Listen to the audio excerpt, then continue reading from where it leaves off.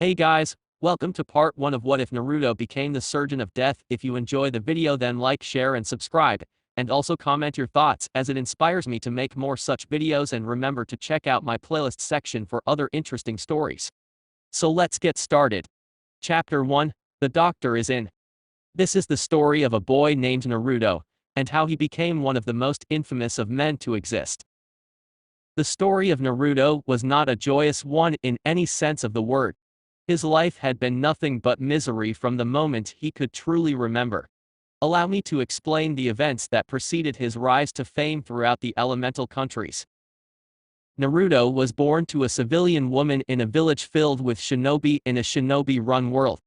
Her name was Mocha, and to Naruto she was his rock in life since he was bullied by many, and had no friends to speak of within the village of Konoha. He never knew his father, but his mother would always tell him that his father was a great man, but she never told him who it was, and he grew curious as to whom he was as time went on. He had blonde hair and blue eyes, while his mother had silver hair and red eyes. While his mother seemed happy to him, he was not fooled by it, since she cried herself to sleep nearly every night for reasons that he didn't understand. But then again, he was only 5 years old, so it was understandable that he didn't know. He and his mother lived in poverty for all his childhood. They had just barely enough food to survive and lived in a run-down one-bedroom apartment. Even though they lived in such a way, Naruto was happy since he had his mother, and that was all he needed. She even read to him at night to help him go to sleep from a book that became his favorite, known as Tale of the Utterly Gutsy Shinobi, which she explained that he was named after the main character himself. She told him that he was destined for greatness and that he would accomplish so much in the future and make her proud. He had plans for the future to become a shinobi as well, like the character from the book he was named after, and earn enough money for them to live far better than they had been living, but things never went the way he wanted in the end. He would always go with his mother to work as a cleaning lady at a hotel on the edge of town, but one day she had him stay there while she walked off to an unknown destination. Naruto was curious as to where his mother went off to, so he followed her in secret. He followed her as she walked through the village and made her way towards the clan homes, but what confused him was the fact that she went to the gate of the 4th Hokage's mansion and used the intercom on the gate to try and talk to him. Naruto was too far to hear what was said, but he saw Minato come out of his home and yell at his mother for reasons he was unsure of. She got on her knees and begged with tears in her eyes, but all he did was slap her hard across the face and locked the gate behind him as he left her there in tears. Whatever he said to her that day shattered his mother in such a way that she never recovered. Naruto spent the next week and a half trying to cheer up his mother, who refused to even leave her bed as she wept consistently. It broke Naruto's heart to see her like this, and tried everything he could to bring a smile to her face. But after those 2 weeks were over, she had passed on, and Naruto was all alone in the world. The village buried her in the cemetery, but only Naruto himself was there to see her buried with tears in his eyes that refused to stop. He returned to his home and fell to his knees in despair since he had nothing left. He grew angry about all of this and began to tear up the place in a fit of anger. He even punched the wall, and as he did he punched through a thin hollowed-out section of it. Inside of it was his mother's diary, and as he found it he once again cried, since this was the only thing of his mother's he had left. She had sold most of everything else she had to feed the both of them. He eventually read the words written within the diary left by his mother, and as he read them his entire world turned upside down. His mother had been born into the second wealthiest family in all Fire Country, yet she had been rebellious to the way they wanted her to be. She was being groomed to become wed to a cousin of the Fire Daimyo, but she didn't want to be a wife to a man she didn't love. There was an event where she was kidnapped by a roving bandit group that had captured her en route to the capital to meet with her future husband. It was at this point that she was saved by at the time, Chunin Minato. She had been grateful for him rescuing her, and from there a secret relationship began. Soon she had ran away from home to be with him in secret, since she had no intention of being married to a man who was twice her age, and as she did her family had disowned her for abandoning them. Yet while she had done this out of love for the man who had saved her life, and had fallen for Minato, had done this out of greed. He had known that she was rich, and wanted that money for himself.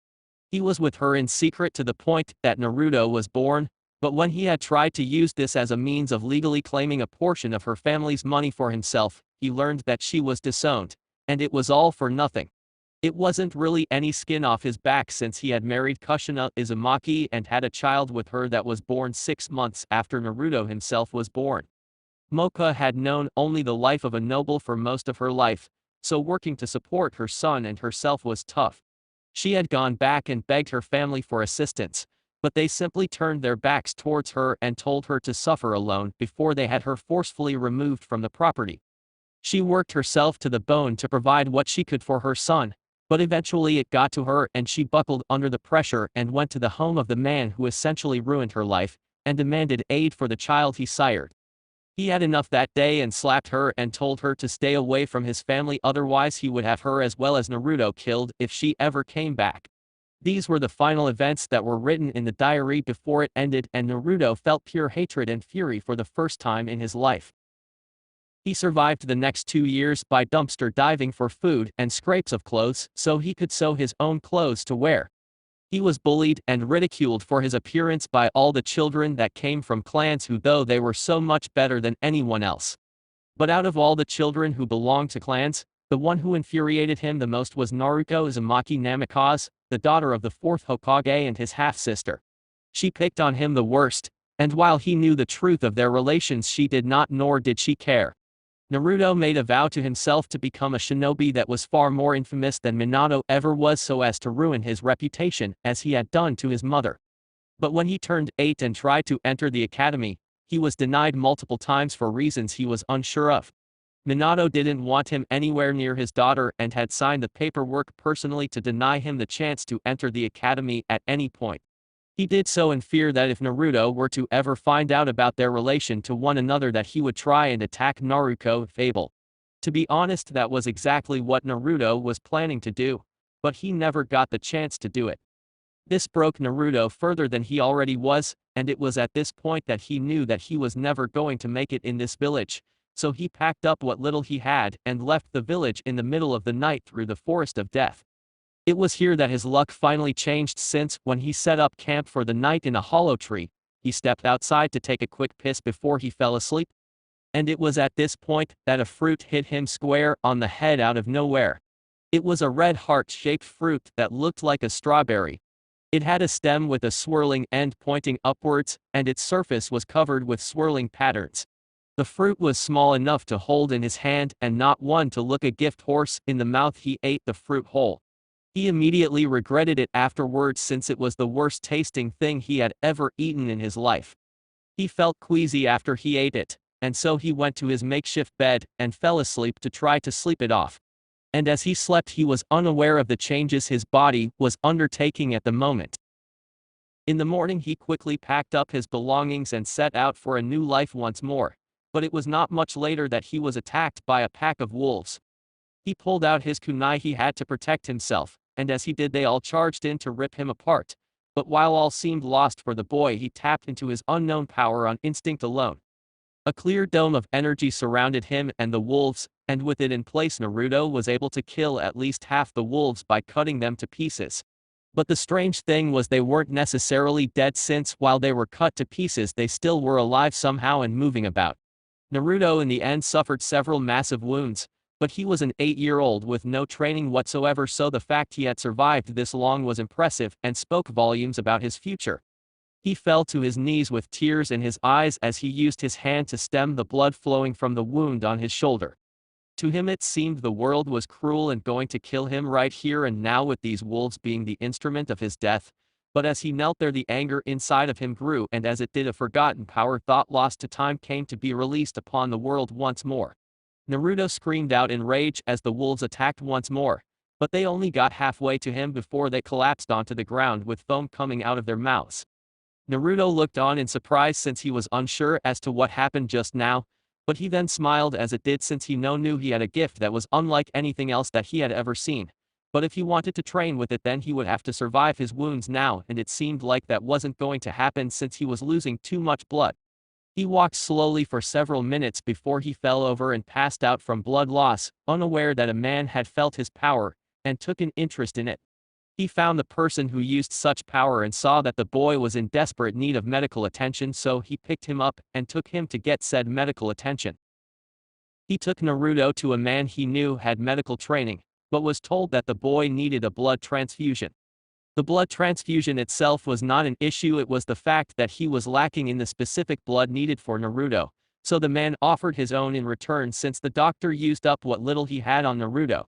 So he hooked up the gear and performed the transfusion without complications of any sort.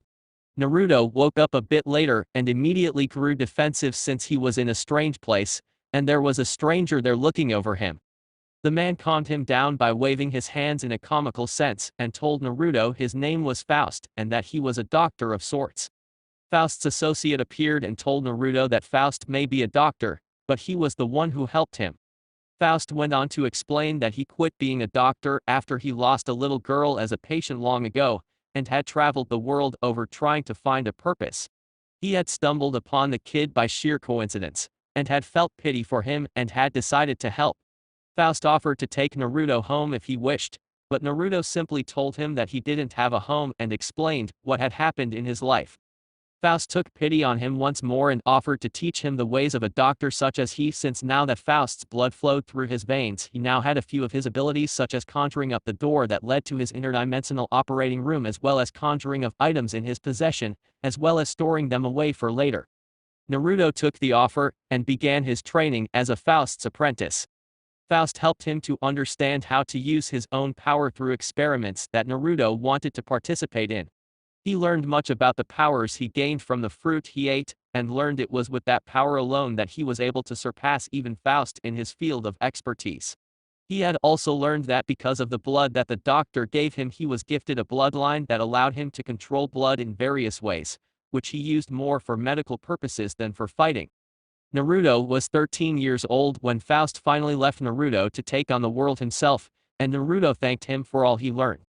So he traveled around the elemental countries to make a name for himself and succeeded to do just that. In his travels he helped many a person by healing what others considered untreatable. At first he was given the nickname the Miracle Worker, but that soon changed when a group of missing nin came to try and force him to heal an associate of theirs. Naruto was not one to do things for free like they demanded, and told them to pay the fee if they wanted his aid. They tried to coerce him via force to do as they wanted, but Naruto simply smirked and slaughtered them all without mercy. Naruto had multiple tricks up his sleeve, many of which that he didn't use yet since he didn't need to. He used 2 separate weapons in a fight. Naruto's primary weapons are a set of very long razor wires attached to gloves, which he controlled as if they were extensions of his own body. The wires are sharp enough to slice through steel and concrete with no trouble, yet he can also use them to bind and restrain targets without damaging them. He can move objects without damaging them, being able to apply enough force to rip, or to grab a packet of cigarettes that he began to smoke since they calmed his nerves, and a surgeon must be calm to perform surgeries such as he did from time to time. He was also able to hold several of the wires between his teeth without any damage to himself. The wires themselves can be used to attack from virtually any angle, and seem to hover around Naruto himself in an omnidirectional manner during combat. He was able to cause drastic shifts in their positions with extremely small movements, and even manipulate them without any apparent movement at all. The wires move much more quickly than even Naruto himself does, and are extremely hard to see with the naked eye. He was also able to release wires from his control, so that the wires could suspend people in midair while not attached to his gloves. He also showed the ability to have the wires encircle him as he walked around without any contact with them. The wires were shown to span at least the width of a typical skyscraper. The limit to the number of wires Naruto can summon was not known to even him. The second weapon he used was one that he used effectively. This was a cane he had that was extendable to the point that it was his own height, as well as had a skull on the tip with its mouth open. He had this cane made when he was 10 by a weaponsmith in Iron Country. The metal had come from a meteor and had been picked up by a merchant who saw the value in it. Naruto had gone to the merchant for a few herbs that the merchant's wife grew so he could use them to work on various antitoxins, but when he saw the metal he wanted it since he knew that he could use it to make something cool with it. Yet the price was far too high and he didn't have the money to pay for it, so he took the herbs he came for and left. A few months later though, the merchant's wife fell ill and the town's doctor told him there was no cure for what she was afflicted with. The man went into a depression that Naruto picked up on when he visited once more for his weekly batch of herbs. Naruto easily healed his wife free of charge since they had been so nice to him over the years, and he helped friends when needed. The man was so grateful for him healing her that he gave Naruto the medal from the meteor as a gift. Once in his possession, he took it to be made into the staff he used now. The staff itself was only part of his weapon since he used the bloodline he gained from his blood transfusion to turn his cane into various weapons such as spears, axes, or his personal favorite scythes. Hence the nickname Surgeon of Death, since while he had the power to heal, he could also kill without mercy. His name became infamous to all 5 major villages, and each of them searched him out in an effort to recruit him to their villages, but he was so very elusive when he wanted to be. The only village he had ever entered since he became the way he was Iwa. And the reason he went there was the fact that he saved the life of Onoki as well as his granddaughter. They had been ambushed by root shinobi who had come for Kurtsuchi for breeding her bloodline, and they poisoned Onoki to weaken him and would have succeeded if it wasn't for Naruto's intervention. He killed them all and took Onoki into his interdimensional operating room to extract the poison from his system. While he was there, he also fixed his spine through his power to fix the several cracks in his spine, so he no longer suffered pain. Once all was said and done, Onoki had been grateful for his help, and offered him a chance to join with their village. Naruto had kindly declined since he explained that as a surgeon he wished to remain free to aid those who needed his help. So while he was not an official shinobi of their village, the people still treated him as such since he visited often to aid those in need. All the while he was oblivious to the glances he got from Kurtsuchi. In time Naruto found a group that he traveled with who were a pack of missing nin on the run from their own village. And while he traveled with them he healed them from the various wounds they suffered. These people became family to him, with the female of the group becoming his girlfriend after he saved her from being raped after she was captured by Hunter Nin. And after a bit afterward that Naruto left to take on another job while the others went towards Wave to complete their own. He had been sought out to heal a famous actress since apparently a fan of hers shot her in the neck with a poisonous senbon. He operated on her and easily extracted the poison, but to do so he had to use his power to keep her alive so as to extract all her blood down to the last drop, and infuse her with more so she didn't die. He did this so that there was no chance of the poison somehow remaining in her system. Plus there was the added bonus of being able to identify the poison and make an antitoxin for it.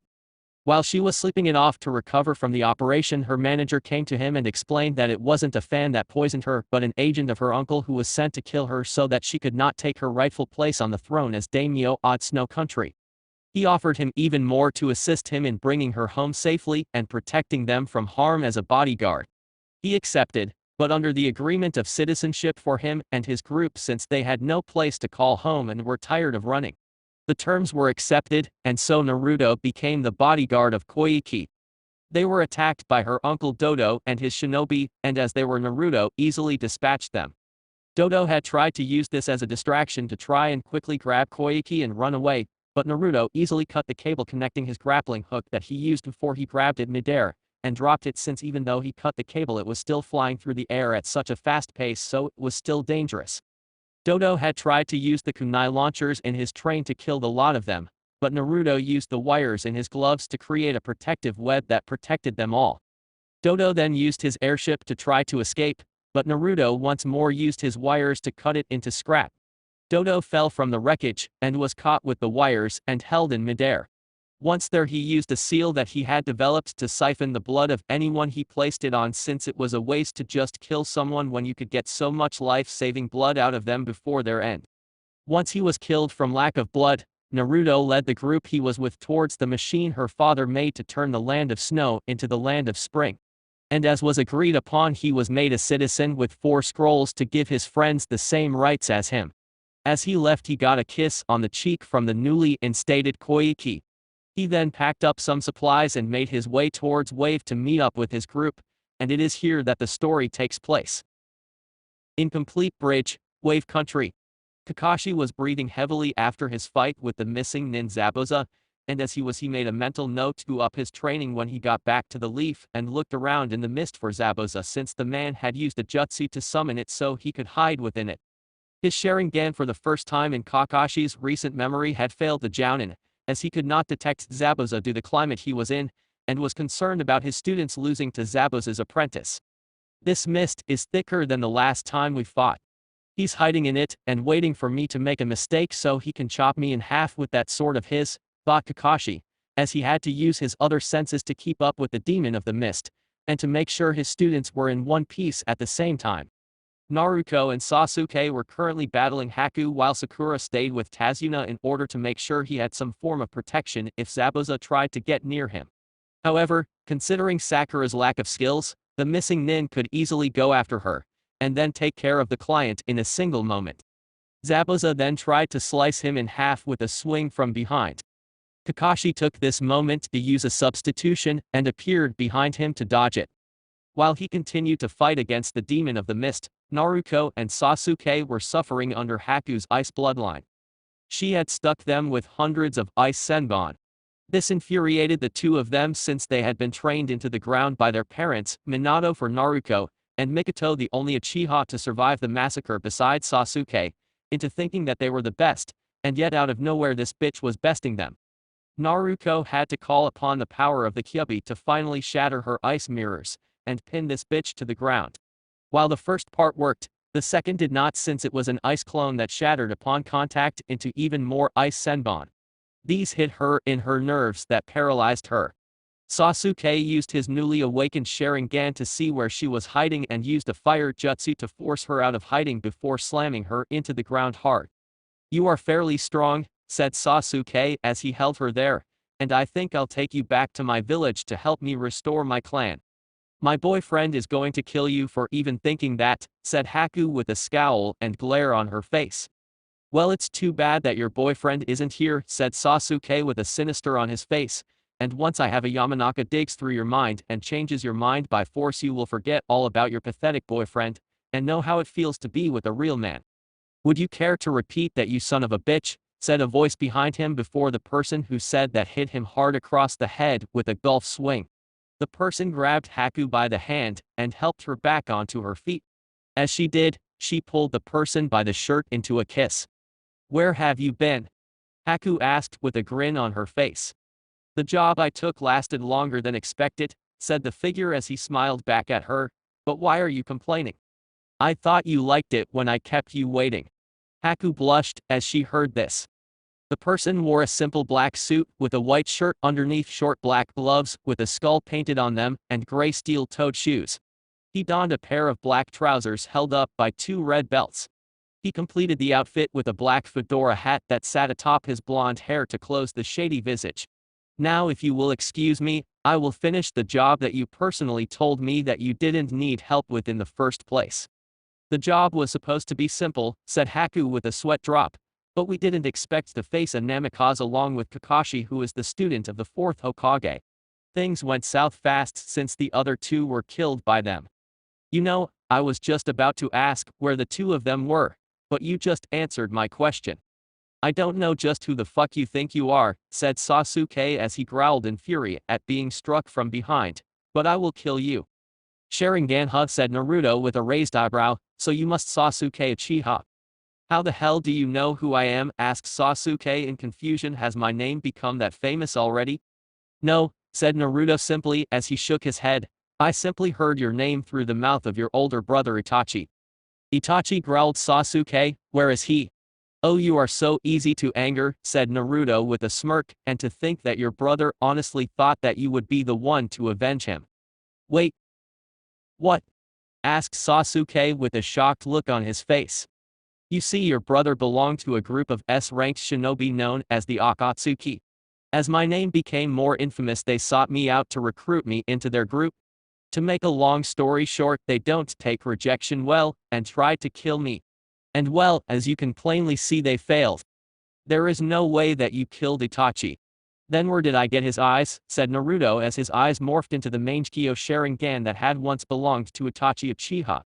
Over the years Naruto had begun to wonder if other bloodlines could be transferred like the one he had gotten when he got his blood abilities from a blood transfusion. He tried and in time had success in doing so with a few of them. He also managed to splice his own eyes with the genetics of Itachi for his Sharingan, which helped him notice so much more in his operations than he was capable of doing before. "You bastard!" shouted Sasuke as he charged forward with a kunai to cut him down. Haku yelled at him to move, but Naruto simply stood his ground. The kunai struck true and pierced his chest and into his heart, or at least where his heart should have been. "Well, at least you know your vital areas," said Naruto as he pulled Sasuke's arm from his chest with the kunai still being held. He then kicked him in the chest with enough force to blast him a few yards backwards and fall to his knees in pain. "How are you still alive?" asked Sasuke as he was confused about it. He had stabbed him in the heart for Christ's sake. "While it is true that you stabbed me in the right place," said Naruto as he held out his left hand. In it was a clear cube that contained a still beating heart within it. But the problem with that was that my heart wasn't there to be stabbed through. He then pulsed energy through his hand and it disappeared from his hand and went back to its proper place. He twitched his fingers a bit, and doing so caused his wires to grab a hold of his limbs and hold him into place. "What the hell is this?" asked Sasuke as he tried in vain to move but could not. "Just who the hell are you?" "Hold that thought for a brief second," said Naruto as he clicked his fingers room. As he said that a dome of energy arose that surrounded the immediate area. Shambles. When he said that, he switched places with Zabuza, who had been captured by two ninja dog summons, and was about to be killed by Kakashi via a Reikari to the chest. But now he had switched places with Naruto, who simply held up his staff to meet the attack. Kakashi ended up hitting the skull on the end, and as he did blood covered his hand and solidified, so he couldn't break free from it. He then twisted his cane to the left, breaking a bone in his body so that his arm was useless at the moment. He then swung him around and released him at an angle that he flew through the air and crashed right into Sakura. "Zabuza, are you alright?" asked Naruto as he placed his cane on his shoulder. "Yeah, kid," said Zabuza as he got to his feet and brushed off the dirt on him.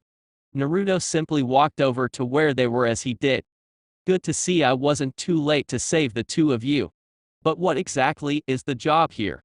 "We were hired to kill the bridge builder over there," said Zabuza as he pointed to the old man who was literally shaking in his shoes out of fear. Then again, it was of no surprise to Naruto since he had basically defeated the man's hired help. "Well then allow me to finish this so we can get paid and leave already." "Stay away from him," said Sasuke as he was still trying to escape the wires holding him. "Oh right," said Naruto as he looked at Sasuke, "then there is you. You see, there are many things I can easily forgive, but to state how you were going to rape my girlfriend to bear your bastard children is quite literally the dumbest of things to say to her or me. So now while I could easily just kill you where you are, I have something far worse in mind." Room. Once the dome was in place, Naruto pulled out a vial of blood that he broke in his hand and formed the pool of blood into two small spike balls. And in a sleight of hands, the spike balls were then replaced with two grayish ovals that were in his hand. "You see these, Sasuke?" said Naruto with a grin on his face. "These are your testicles that I just replaced with spike balls. So good luck trying to reproduce when you have no testicles to produce the sperm you need." He then kicked Sasuke in the crotch, which caused him immense amounts of pain that he cried out from. When he kicked him, the wires holding him in place loosened, and he was sent backwards. He held his crotch area since it was now bleeding heavily from the spikes that were inside him. "And now that that is done, let's end this once and for all." Naruto activated his Sharingan, and used another blood vial to form the sharp tip on the edge of his cane so that it became a spear. With a sudden surge of speed he charged forward to kill Tazuna, but right when it was mere centimeters from killing him, Naruto stopped. "It's your lucky day, old man, for you get to live to see another day." Naruto then twirled his cane so that the blood at the tip flew up into the air. But he caught it with another vial. This one was empty though. "Why did you stop?" asked Tazuna in surprise, since he was not sure if this was some sort of trick or not. "Because it seems like our employer has seen fit to betray us for some reason," said Naruto as he walked away, but he stopped after a few seconds. Also, you may want to cut back on the drinking since your kidney is about to shut down. So take one of these for the next month, and you will be fine, said Naruto as he pulled out a small bag of pills and tossed him to Tazuna, who caught them while still having his shocked look on his face. How did you? Started Tazuna before Naruto stopped him. Trust me, I'm a doctor, said Naruto with a grin on his face. Naruto quickly rejoined his companions, who were surprised that Gato had appeared, and was there with an army of hired thugs surrounding him. Ha! So the big bad demon of the mist has been defeated by a bunch of Konoha shinobi, with most of them being mere brats. I should have known your reputation didn't match up to your skills. You are all hype, Zabuza. A little baby demon thinking he has the biggest stick to swing, mocked Gato, as he had appeared with his army of bandits behind him, and all itching for a fight to earn their cash. He saw that Zabuza, as well as his assistant, were out of breath with wounds on them. Sure, there were others who were all defeated as well, but seeing that there was one still in good fighting condition, it seemed like they failed in the job that he had hired them to do. Gato. So you were going to backstab us? The rumors were true, snarled Zabuza, as he had been told by Haku about the various rumors that she had overheard about him backstabbing people to not pay them. Zabuza had thought that they could easily overcome this since they were strong and the job was supposed to be easy after all. But things happened that weren't supposed to, and so he was not in the best condition to fend off so many people at once. So what if they are?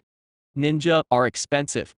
I shouldn't have to pay for a few of you when buying in bulk, and cheap is a much better investment. Especially if the ninjas in question are too damn weak to fight back against my boys here and too stupid to see a trap when it is staring them right in the face. Besides, a missing nin such as yourself is a liability, and the fact you even went to me for a job was a mistake on your part, countered Gato with a grin on his face while looking at the weakened form of Haku. Not as bad as yours. I fear, replied Naruto with the mist clearing fully since Zabuza stopped it as Naruto walked ahead of the two of them. Who are you? Asked Gato with Naruto looking at him calmly and twirled his cane with the one hand. Me? Surely my attire speaks for itself, Gato. I am fairly well known throughout the countries, replied Naruto with Gato's eyes narrowing before they widened in shock, and then laughed at him. So a punk kid such as you is the infamous Surgeon of Death? Asked Gato as he and his men laughed. Well, it's all good that you are all laughing, said Naruto with a sinister smile on his face, since they say that laughter is the best medicine. But I think I have something far better. Naruto then pulled out a large vial that was the size of a softball and filled with his own blood. He then threw the bottle into the air. With a glint of light, the vial shattered from a wire, breaking it, and the blood within rained down onto the crowd. Once there, the thugs tried to wipe it off, but blood is not easy to remove without water or the light. Naruto then clapped his hands together and then pulled them apart, doing so ripped the blood out of the bodies of the thugs. Yet Gato was still alive in the middle of all the carnage. He formed the blood into a cage that surrounded him so that he couldn't run away from his fate. Naruto had trained as well as experimented with his abilities, and he had learned that with the right amount of his own blood, which was not much by the way, he was able to infect his opponent, and control the blood within them to do all sorts of crazy things such as what he did.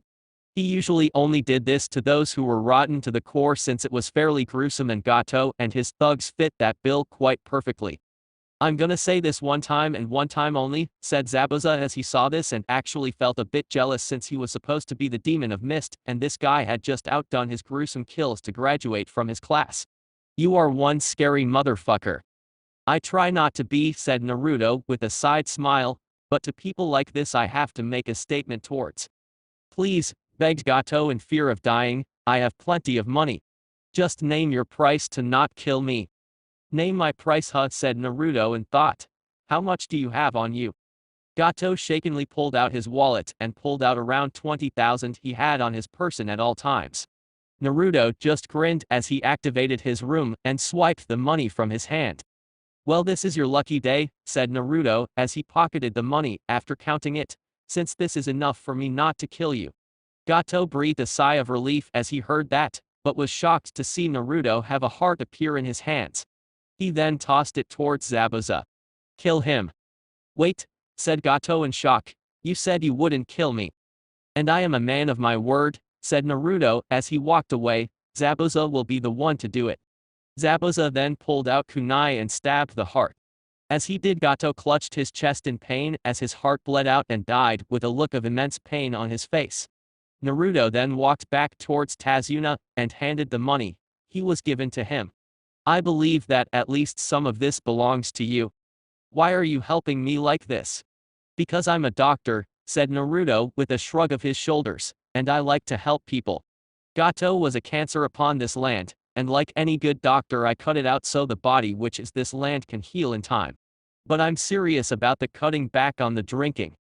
Naruto walked back towards Zabuza and his group, but was stopped by Tazuna calling out to him. Wait, what is your name? I am Naruto, the surgeon of death, said Naruto as he continued to walk forward. He handed Zabuza and Haku the scrolls that were given to him to give them. They read the contents and smiled. Haku kissed Naruto since he had fulfilled his promise he made to her that he would find them a place to finally settle down so they were no longer on the run. And yet when they turned to leave, their way was blocked by Kakashi, Naruto, as well as Sakura, but she was shaking in fear. You have harmed the heir of a prestigious clan of Konoha, said Kakashi as he uncovered his Sharingan, so you will come with us to face trial for your crimes. Do you really think I care that the son of a bitch is from a clan? Asked Naruto with a raised eyebrow, because when someone threatens to rape my girlfriend I don't give a damn about that sort of thing. You will come with us regardless, shouted Naruto in anger. She was not going to allow the bitch who paralyzed her get away like this.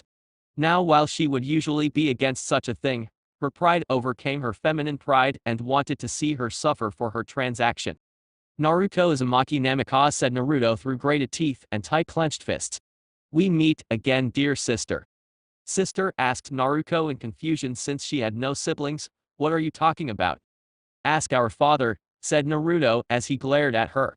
While he wanted to hurt her to send a message to his bastard father, his friend and girlfriend needed a quick checkup to make sure they were fine. So he summoned up the doorway to his interdimensional operating room and opened it up so they could go inside. Until next we meet, bitch. And with that he slammed the door shut behind him and it disappeared right when Kakashi has rushed forward to open the door. They all had looks of confusion on their faces, and this was the scene that the people of Wave arrived to once they had gathered to fight Gato and his men. Chapter 2, A Past Skirmish. Naruto could only smirk to himself as the door to his interdimensional operating room disappeared. He had not expected to see his half-sister so soon but he was honestly glad he had since he had planted the seeds of doubt in her mind about their shared father.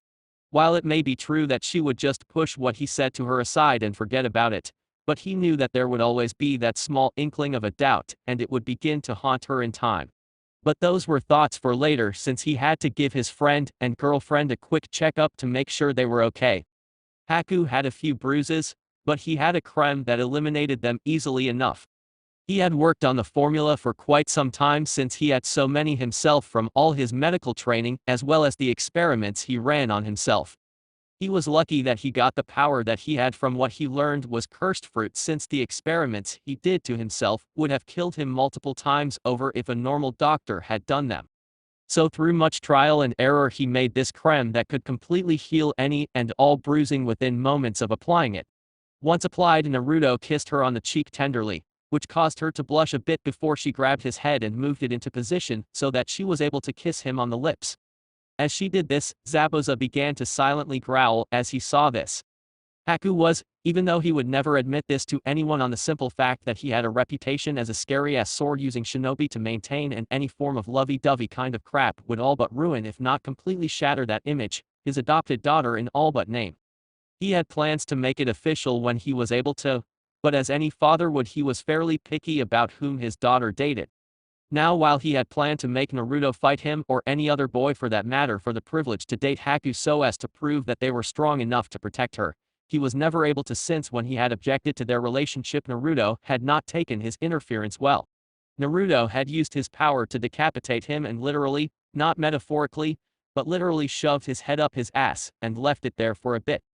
Haku had laughed herself to literal tears as she saw her father figure running around like a headless chicken as he tried to make sense of just what in the hell was happening to him since it was honestly the funniest thing she had ever seen in her entire life. Naruto laughed as well as he left the man like that for about 20 minutes before he reversed the damage done. Zabuza looked at Naruto in utter fear after he calmed down. To make a long story short, Zabuza never voiced his opinion about their relationship again after that since he never wanted that to happen to him again. Zabuza's wounds were a bit more extreme since he had a few broken ribs that needed to be fixed. Sure, they would heal naturally on their own, but with his power he was able to precisely cut open his chest and pulled out the broken ribs. Even though this was not the first time they had been under the knife for Zabuza, at least since Haku never sustained a wound that needed such a procedure since most of what she got was a few stabs which Naruto stitched up, and used medical chakra to eliminate any scarring so there was no indication that the wound had been there. But even though they had seen this before, it was still fairly shocking to say the least since it was not natural. But then again, if you think about it, neither is spitting out entire tidal waves nor conjuring ice like Haku could. Naruto took the several ribs that needed fixing and used his wires to cut them into pieces.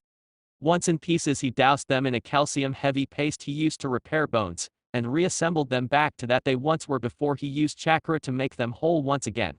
Once fully formed, Naruto then stabbed them back into their proper place, and sewed the wound shut as well as using his salve to eliminate the scars. Zabuza remembered the first time Naruto operated on him since he had so many scars that Naruto had simply eliminated quite easily. "Okay," said Naruto as he took his gloves off and placed them in a container with a strong disinfecting solution to clean them off. He put them in there for a minute before he took them back out and put them back on. He was a surgeon after all, so he did keep his workplace as well as his equipment clean and sanitized for future use. It was one of the first things that Faust had taught him, and the lesson stuck fairly easily. The operation room was fairly large, 4 times bigger than a standard hospital, with 2 side rooms with their own doors connecting them to the main one. The main room had the operating table as well as the tools he needed as well as various medical equipment to assist in surgery. One of the doors was a thick metallic one. This one led into the freezer where he stored all the blood he had collected to be used for transfusions, all sorted by type of course. The other one was simply wooden, and this one led into his personal laboratory, where he performed as well as documented his successful and failed experiments. This room was just as big as the operating room, but was more cluttered with various tubes and jars all over. "Now that you are all checked out, shall we head back out?" "So enlighten me as to where exactly we are heading out to exactly," asked Zabuza as he stood up and stretched to loosen his muscles up a bit. Apparently getting cut open like he was stiffened the muscles, so he needed to loosen up. "Ah yes," said Naruto as he put his hands behind his back and pulled out 2 of the 4 scrolls he was gifted by Koike not too long ago. "While I was doing my own mission that I was hired to do, I gained favor with the newly instated daimyo of the now named Spring Country." "Where is Spring Country?" asked Zabuza with a raised eyebrow, or at least raised area where the eyebrow was usually located since he didn't have any to speak of. "Ah yes," said Naruto with a chuckle, "good story, long one actually, but a machine was built to eliminate the snow." "I thought you said it was a long story." "Oh, it is," said Naruto as he pulled out his cane and bopped Zabuza on the top of the head with it. Zabuza rubbed the top of his head as he growled about being treated like a kid there. "But I just wanted to simplify it on the off chance you didn't want me to explain it fully." "I'm actually curious," said Haku as she pulled out a chair and sat upon it. "Would it explain how exactly you managed to acquire 2 fully functional Sharingan?" "Wait," said Zabuza as he held up his hand to stop them from going further with the story, "you have Sharingan now." "That I do," said Naruto with a smirk as his eyes changed to show that he did indeed have them. "So are you interested in my story now?" "Very much so," said Zabuza as he leaned his blade up against the wall and sat down himself. "Cause from what I heard there are only 2 Uchiha left in the world with access to such eyes, as well as Kakashi who has 1. But he is still alive and you have 2, so that eliminates him, and that Uchiha brat is still alive as well, so that leave only 1 person. So explain exactly how the hell you managed to kill Itachi Uchiha." "With pleasure," said Naruto with a grin as he began to recount his story. Snow Country -1 week earlier.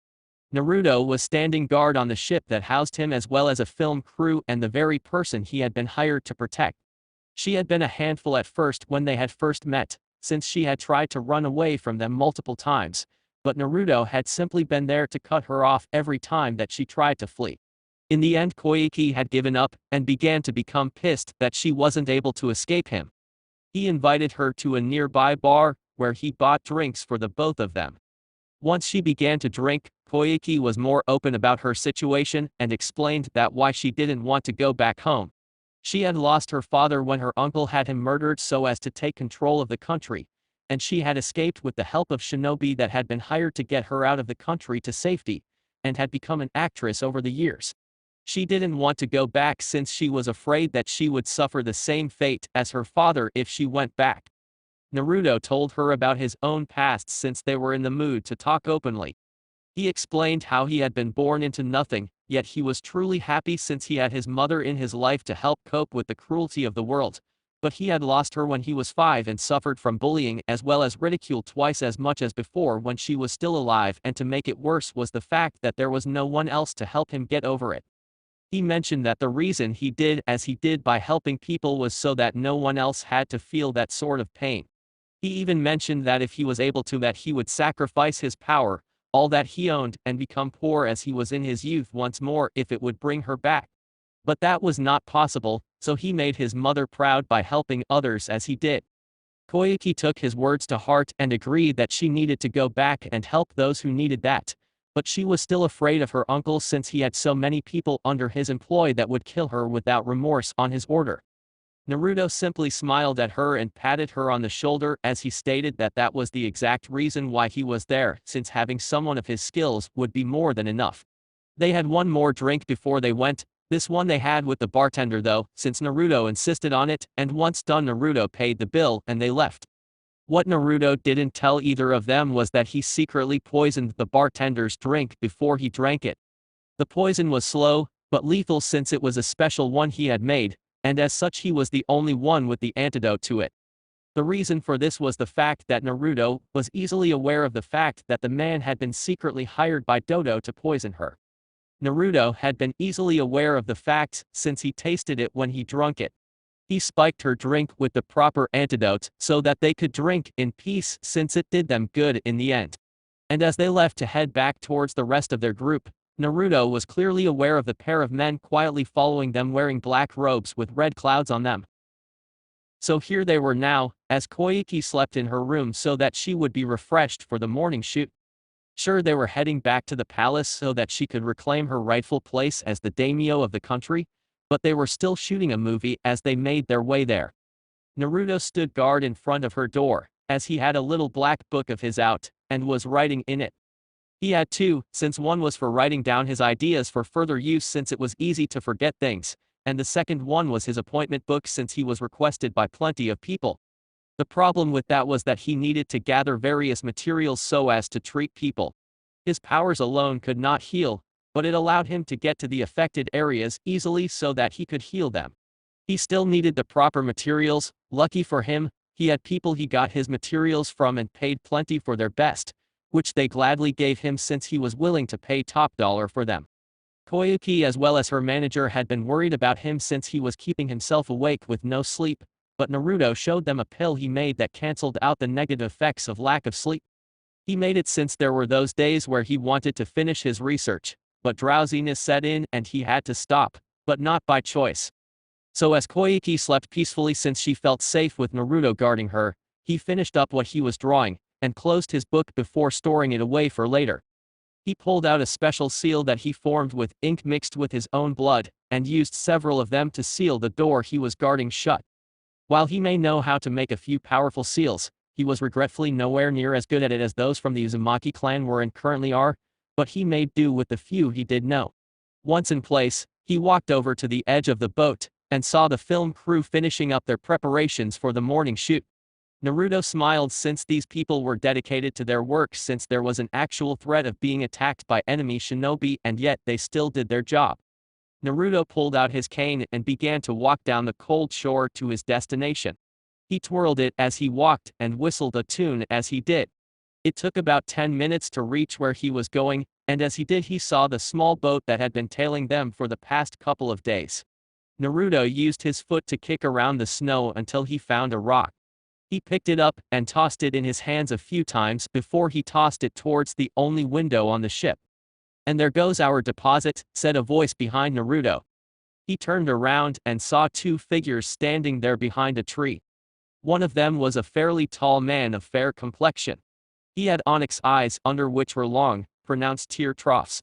He had jet black hair that was pulled back in a low ponytail, and his face was framed with center-parted bangs that extended to his chin. He wore the standard Akatsuki cloak that was black with red clouds and a slashed Konoha forehead protector to symbolize his broken ties with the village. The cloak's high collar obscured his ponytail. The second man was a very tall, muscular shinobi, and was the taller than the first man. He had a distinctive shark-like appearance, complete with pale, green skin. He had small round white eyes, 3 sets of curved facial markings under his eyes, gills on his shoulders, and sharp triangular teeth.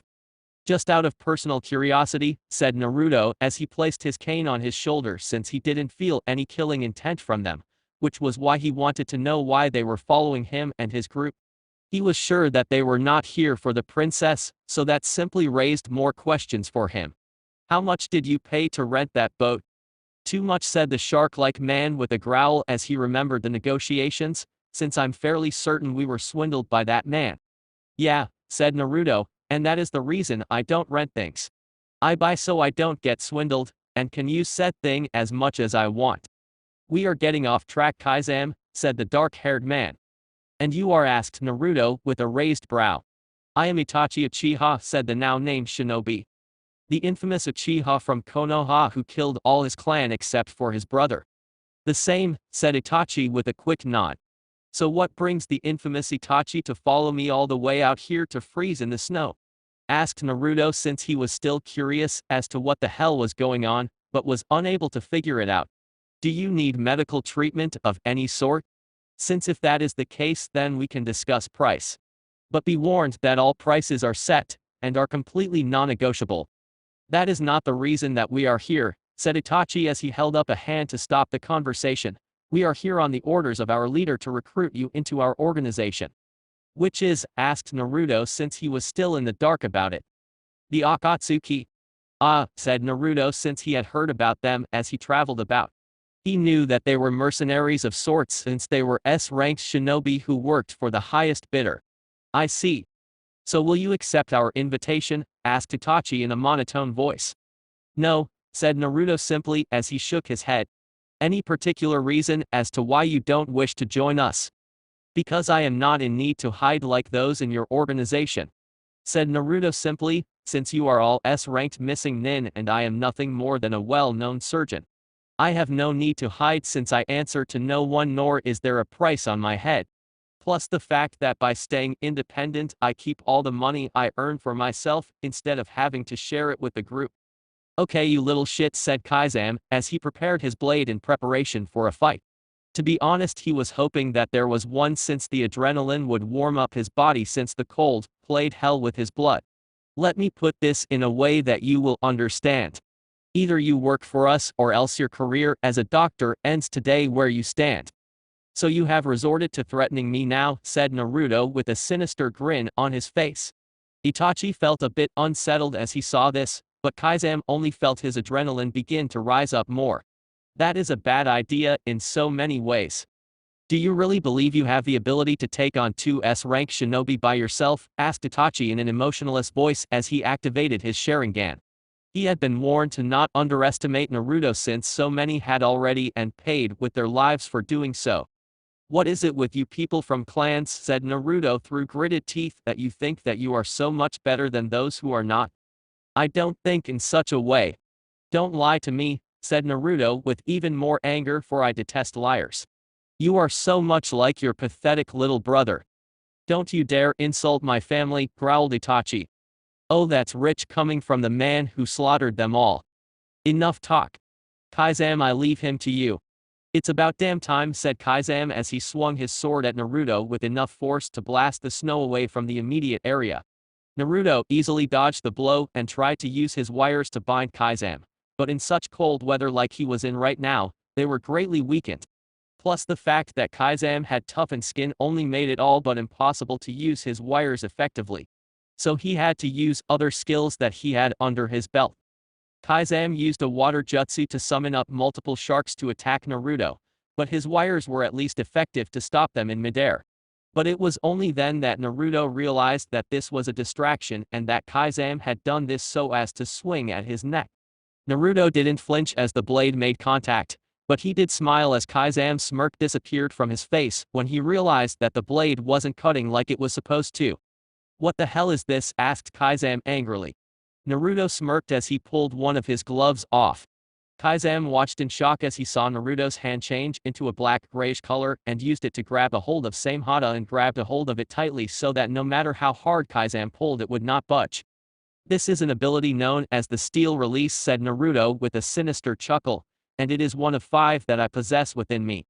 Naruto then slammed his fist into Kisame's face with enough force to blast him backwards quite a bit.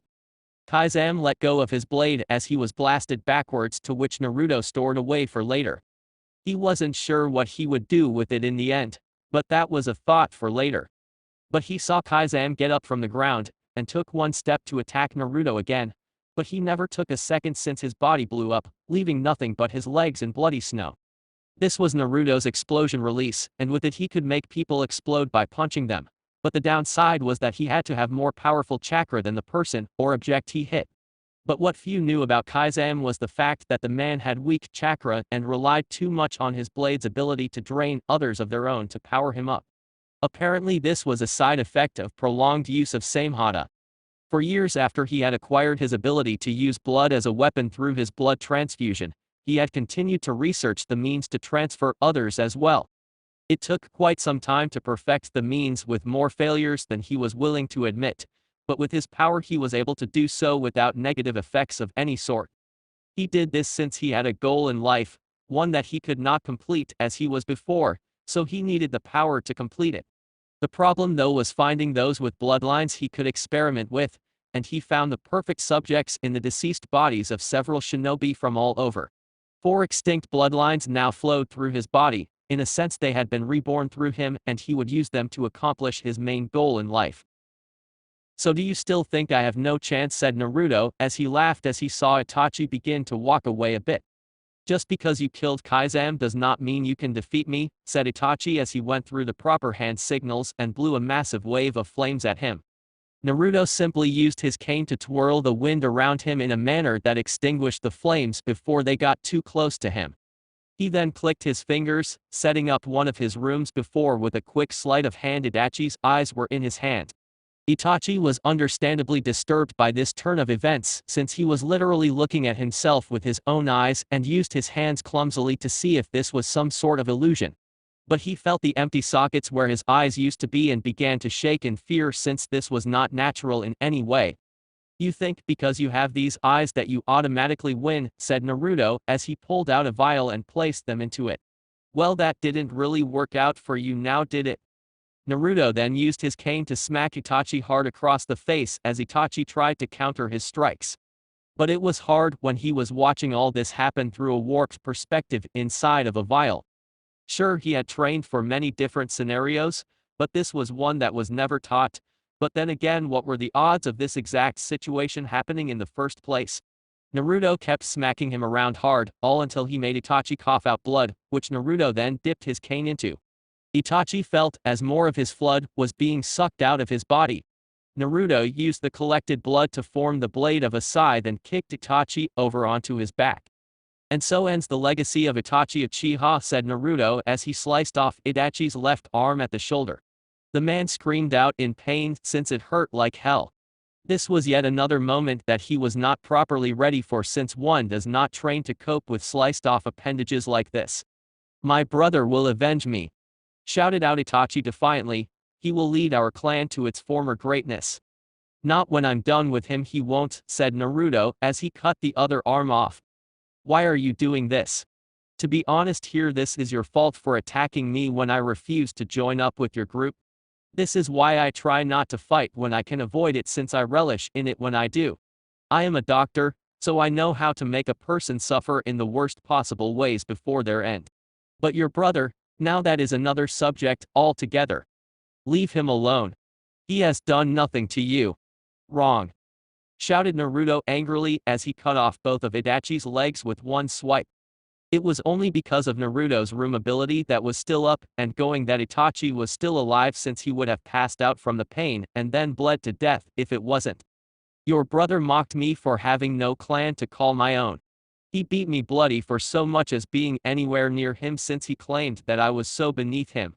He mocked me more when I lost everything I cared about in life, stating that some low clan less nobody such as me should take it as a sign and just end my own life. And to make it all worse, he used his fucking eyes that he unlocked somehow to try and manipulate me into killing myself with a broken shard of glass. You lie. Sasuke would never do any of that. Remain in denial all you wish, said Naruto as he stepped off of Itachi's chest and picked up one of his amputated arms. This one had a summoning symbol on it. But in the end it makes no difference to me. I will make your brother suffer and leave him a broken man.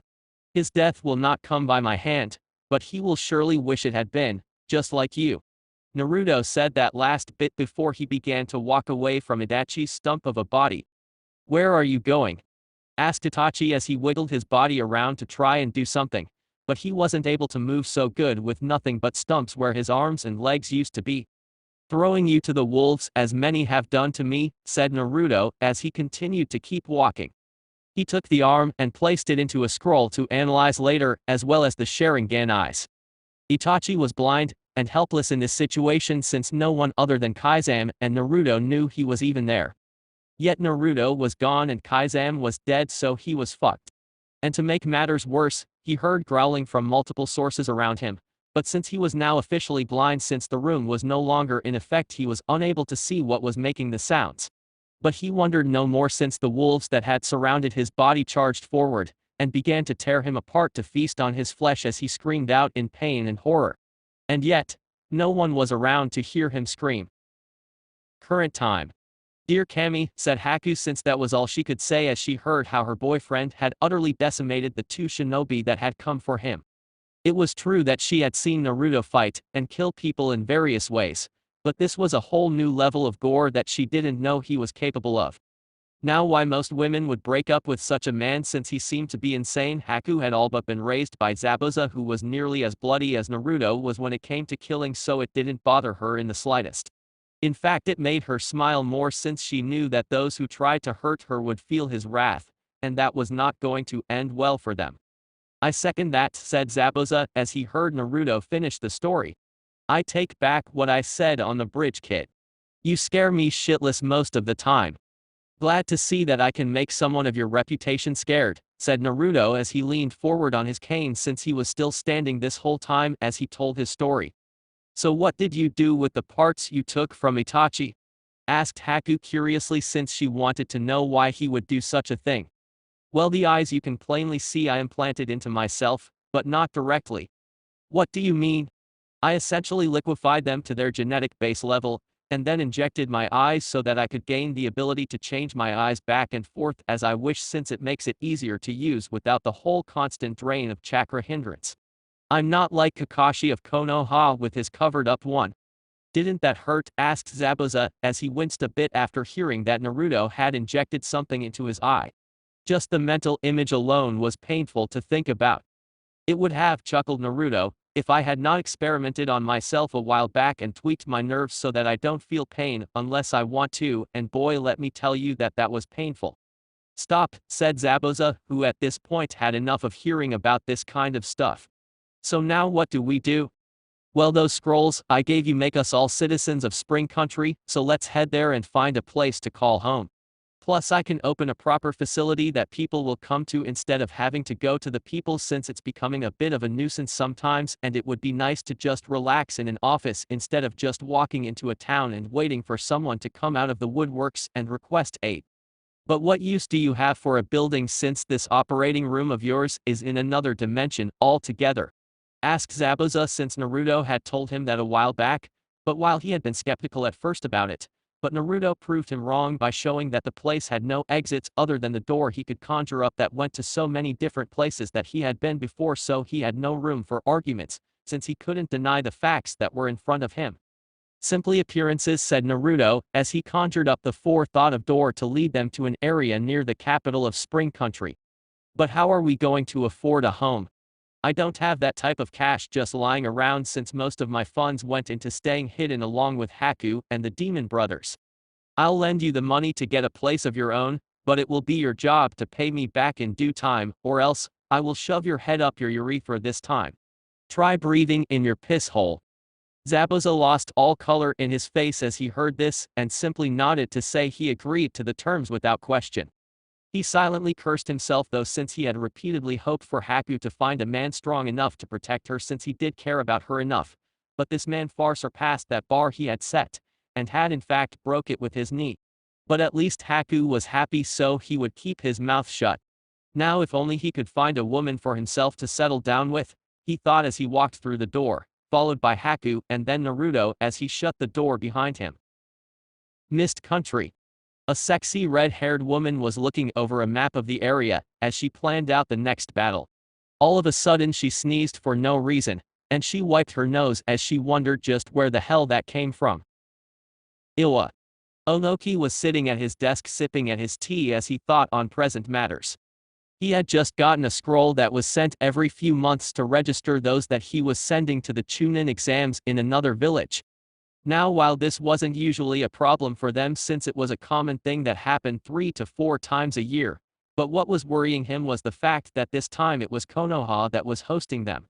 He had not forgotten the fact that it was Root Shinobi that tried to kill him as well as kidnap his granddaughter to most likely use her to breed more shinobi and kunoichi for her bloodline. Now what made matters worse was that the very same granddaughter of his was up for the Chunin exams alongside her team. But Onoki feared for her safety even though she was with the squad, since they would be in enemy territory where many things could go wrong, and he could legally do nothing if it did. Kuretsuchi had been looking forward to this for quite some time and had trained hard for it, so he was so very hesitant to tell her that she wasn't going for her own safety. Now if only she had someone who she trusted who was far more powerful to protect her. It was at that moment that he smiled to himself as he mentally slapped himself for not thinking of this before. He knew of just the person to help with this. Naruto, or as he was known throughout the land, the Surgeon of Death. The boy was extremely powerful from what he himself had been able to see, which wasn't a lot mind you, but from what he saw alone he showed that he had potential and skills that far exceeded any genin around. The boy was perfect since he was not registered to any shinobi village, nor was he a ranked shinobi, so he could easily pose as one if needed to be. Plus he was sure Kuretsuchi would love the chance to spend time with her savior if able. She had changed the day she had been saved by Naruto, since she had upped her training exponentially so as to not be put in a situation such as that one again, since it was very unlikely that Naruto would save her again, like he had if it did. Yet while she trained herself day in and day out to become stronger, she would always blush or giggle whenever Naruto himself came to the village for things or to help heal those who paid him. Onoki saw the clear signs of a crush and thought that this would be the perfect opportunity to have them get to know each other. Who knows, maybe they would hit it off well enough and get married so the boy would join their village properly. That would boost their reputation immensely to have someone of his caliber within their ranks, but this was all wishful thinking really. So with a smirk on his face, he wrote out the same thing on several scrolls and called for his best hunter nin to come forward. He handed each of them a scroll, and told them to hunt down Naruto and deliver the message he had wrote out. Konoha, 2 weeks later. Minato sat alone at his desk, all the while deep in thought about the news that had been told to him just recently. He had been happy to see that his daughter and her team were back safe and sound from their mission, but he was pissed that things did not go as planned. It was true that he knew that the mission was far more dangerous than the client had mentioned thanks to Drea's spy network, and so he sent his daughter and her team since they were some of the most powerful genin he had at the time. The plan was for them to aid the people of Wave, and then they would become so grateful for the assistance that they would agree to Minato's terms for a trading contract in honor of the help from their hero, which he had hoped would be Naruto. But that was not how things played out at all, since a third party had swooped in and ended the life of the tyrannical businessman Gato, instead of any of the Konoha shinobi, so the people were grateful towards that person and not Konoha. Hell, they named the bridge after the man in gratitude. Sure, Squad 7 had been ambushed near the start of the mission, but they handled the demon brothers quite well without any trouble on their end, as well as the first fight they had with Zabuza before they were tricked by a masked kunoichi and his paralyzed body was taken to recover elsewhere. But when victory had been all but assured the second time they fought with Zabuza about to be killed by Kakashi and the kunoichi he had with him restrained and nearly ready for transport back to the village so as to breed more of her bloodline, things had all gone to hell so very fast. And the name of the person who screwed with his plans only pissed him off immensely when he heard it. Naruto. Minato knew exactly who the boy was when he was told the name, and yet he kept his emotions in check so as to not give anything away. That boy had been a nuisance since he was born, since his mother Mocha had continuously requested aid from him to help them survive, but he did no such thing. He had impregnated the woman in an effort to acquire money from her rich family, not to spend his own on a child he didn't give two shits about since he was useless. Hell, he personally signed the paperwork to keep the boy out of the academy since he believed that the boy had no potential in the slightest, and was even planning on having Danzo kidnap him to turn him into a root shinobi so that the boy would simply disappear and his failed attempt at easy money would be forever erased from the public eye. But that never came to be because the boy had simply disappeared from the village of his own volition, and Minato couldn't be happier since now his wife Kushina would never just stumble upon high, and if the gods were truly blessing him he would simply die on his own. But now his images of the boy had drastically changed. What Kakashi and his squad reported to him was very troubling to hear. Not only was the boy not dead like he had hoped, but he had told Naruto of their relation to each other, which luckily for him he played it off as someone lying to get into her head as a form of distraction and she bought it. He would have simply sent Root Shinobi to secretly eliminate him, but the fact that the boy had a bloodline unlike anything he as well as anyone else had ever seen was puzzling. He had spent countless hours researching all known bloodlines, and while there were numerous ones, none of them involved weaponizing blood like Naruto had done on the bridge. He looked into the boy's family, since even though he was an unwanted bastard child to their name he still had their genetics, and they couldn't change that, and found nothing of the sort. So where did he acquire such power? Orochimaru's attempts at transferring bloodlines came to mind, but that would only work if he had a sample of it to transfer, and this one was new altogether so there was no samples to take and experiment with. But to add the dressing on this suck salad, Naruto was the infamous surgeon of death that roamed the elemental countries and healed people. He was well liked all over, as well as the fact that he had no bounty on his head so Minato couldn't just kill him since that would just be a waste of a rare bloodline. What he needed to do was find a way to lure the boy here where he had the home field advantage and capture him. Once captured it would be fairly easy for him to have a Yamanaka to alter his mind to see Konoha as his home once more. But now he had to think about how exactly was he going to do just that. Spring Country. The past 2 weeks had been fairly busy for Naruto and his group. The three of them searched for their own places to live, with Naruto and Haku settling on a quaint little one-story house and Zabuza moved into his own apartment. Once settled in, Naruto had spent the rest of his money, except for his materials funding which he kept separate at all times so as to not spend it by accident to buy the furniture that was needed for not only both places, but a small office building he rented so as to officially have a place of business.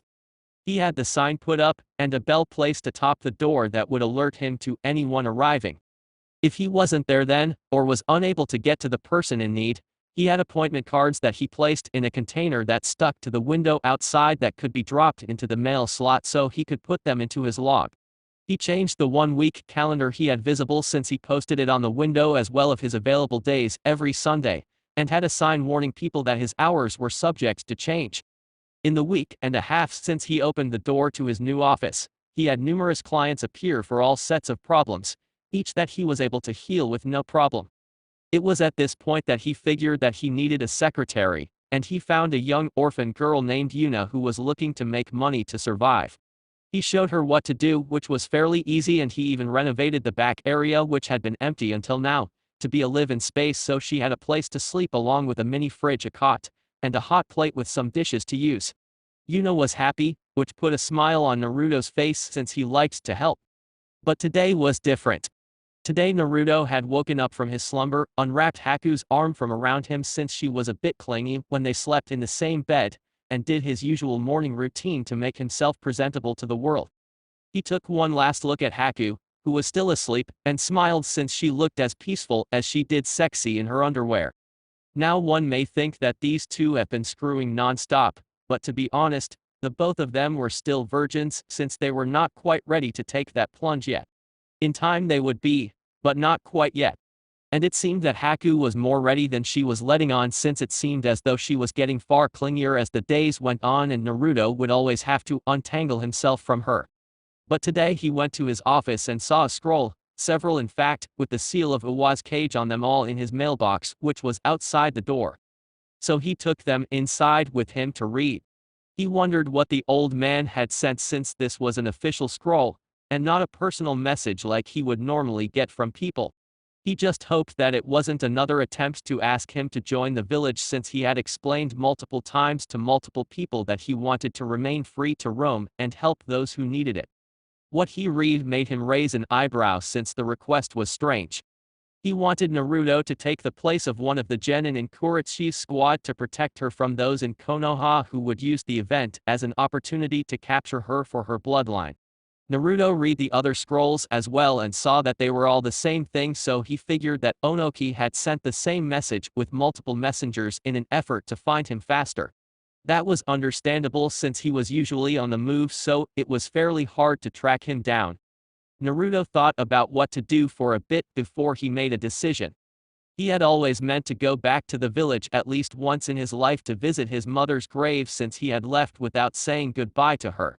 And now he had a valid reason to go back, so he would take it. Naruto activated the summoning seal that was on the back of his hand, doing so summoned up a crow that landed on his desk. Naruto had used the seal that had been on Itachi's arm to summon up a crow a week ago, and signed the contract with them. While they were at first pissed that their previous summoner was killed, since and they were attracted to a person with a dark aura of pain and hatred, they saw that Naruto's aura of such things far exceeded Itachi, so they were happy to call Naruto their new summoner. Naruto wrote out his response to Onoki's request, but on the condition that he could bring Haku along as well, since she wanted to test herself in the exams as well. She had told him this a while back, that she was essentially born a missing nin, since she was hated and missed for her bloodline, and as such was never able to become a ranked nin or show others what she could do. So why not kill two birds with one stone here, since he could do the job that was asked. Haku gets what he wants, and he can visit his mother's grave while in the village. So with that, Naruto opened up his logbook and checked out just who exactly he was helping today.